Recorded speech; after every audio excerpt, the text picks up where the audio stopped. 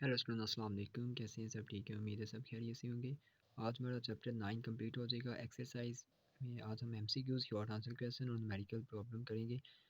बल्कि numerical problem इंशाल्लाह मैं आपको नेक्स्ट वीडियो में करवाऊंगा। दो ही न्यूमेरिकल प्रॉब्लम है इस चैप्टर के, 9.1 एंड 9.2।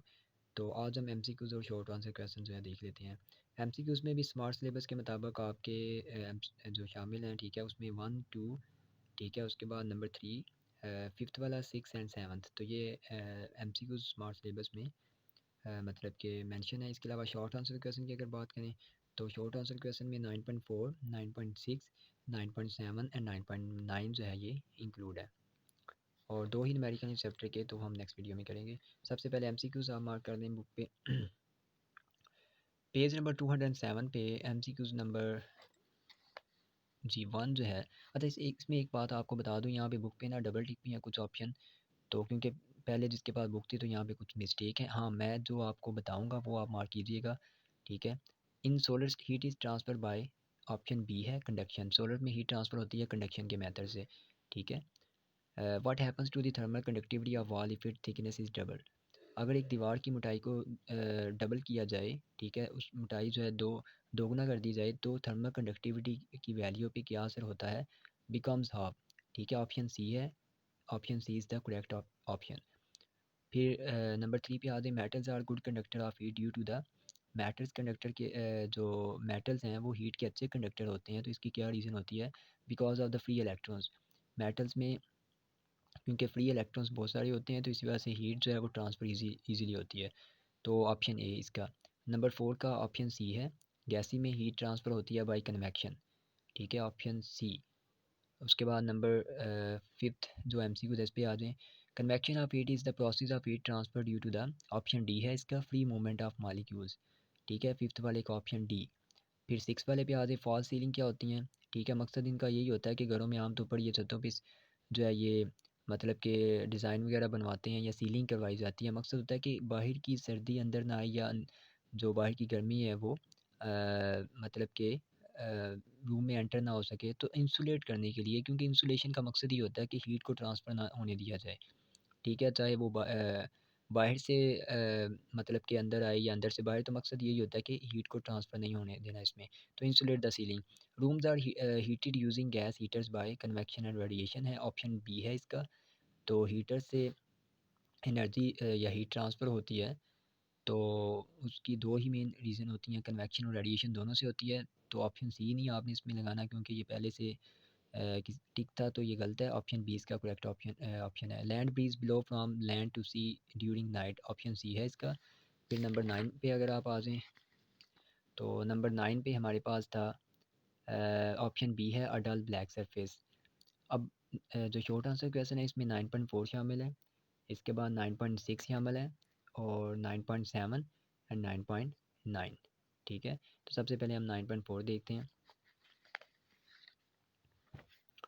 अच्छा, ये यहाँ पे मैंने जितने भी शॉर्ट आंसर क्वेश्चन जो आपके स्मार्ट सिलेबस में शामिल हैं, मैंने यहाँ पे लिख दिए हैं इनके आंसर। तो ये आप जो है वो स्क्रीनशॉट भी ले सकते हैं, ताकि आप बाद में नोट कर लें। तो पहला जो हमारे पास शॉर्ट आंसर क्वेश्चन था, पेज नंबर 208 पे ये दिया हुआ है, why conduction of heat does not takes place in gases. गैसों में कंडक्शन का प्रोसेस क्यों नहीं होता? तो उसकी दो मैंने रीज़न लिखी है। नंबर 1 पे, since the gas molecule are at greater distance, so conduction of heat does not takes place in gases. एक रीज़न तो यह है कि गैस के मॉलिक्यूल जो हैं वो आपस में काफ़ी ज़्यादा फासले पे होते हैं, ठीक है, उनके दरमियान डिस्टेंस बहुत ज़्यादा होता है, जिसकी वजह से कंडक्शन का प्रोसेस जो है वो गैसेज में नहीं होता। नंबर 2 पे, transfer of energy is low in gases by conduction method because of weak inter molecular forces. क्योंकि गैसेज के जो मालिक्यूल होते हैं उनके इंटर मालिकुलर फोर्सेज बहुत ही कम होती हैं, वीक होती हैं।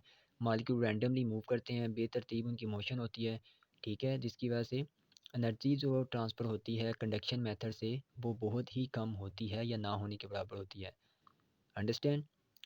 नंबर 9.6 जो क्वेश्चन था, इसका आंसर देख लेते हैं। पहले मैं क्वेश्चन रीड करता हूँ।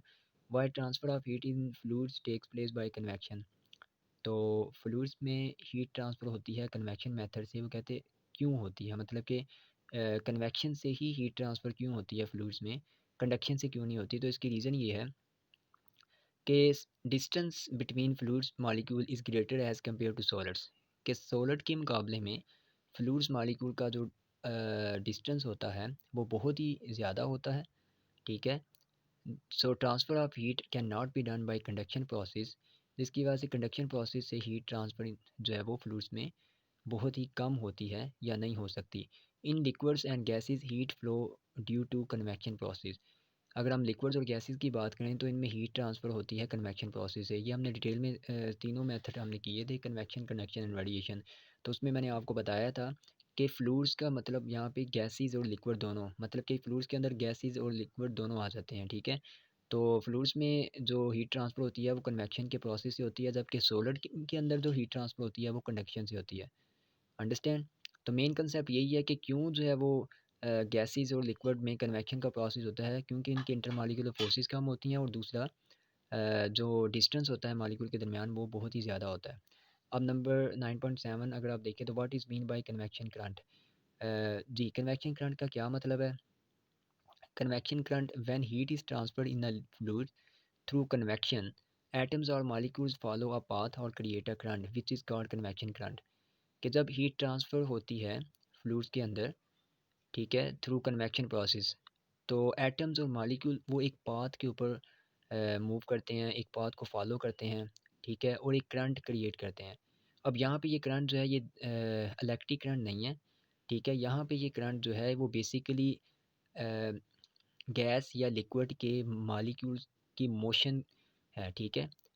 तो यहाँ पे फ़्लो ऑफ जो पार्टिकल्स हैं, फ़्लो ऑफ एटम्स हैं बेसिकली, ठीक है, इन फॉर्म ऑफ हीट, वो हमारे पास करंट कहलाता है। तो ये हमारे पास जो कन्वेक्शन करंट होता है, अच्छा ये कंसेप्ट आप याद रखिएगा कि कन्वेक्शन करंट दरअसल एक ऐसा करंट होता है जो हाई एनर्जी वाले एरिया से लो एनर्जी वाले एरिया की तरफ मूव करता है। जब हम बात करते हैं इलेक्ट्रिसिटी की तो उसमें चार्जेस फ़्लो करते हैं ज़्यादा एनर्जी वाले पॉइंट से कम एनर्जी वाले पॉइंट की तरफ, तो वो कन्वेक्शन करंट कहलाता है, ठीक है, अगर हम इलेक्ट्रिसिटी की बात करें।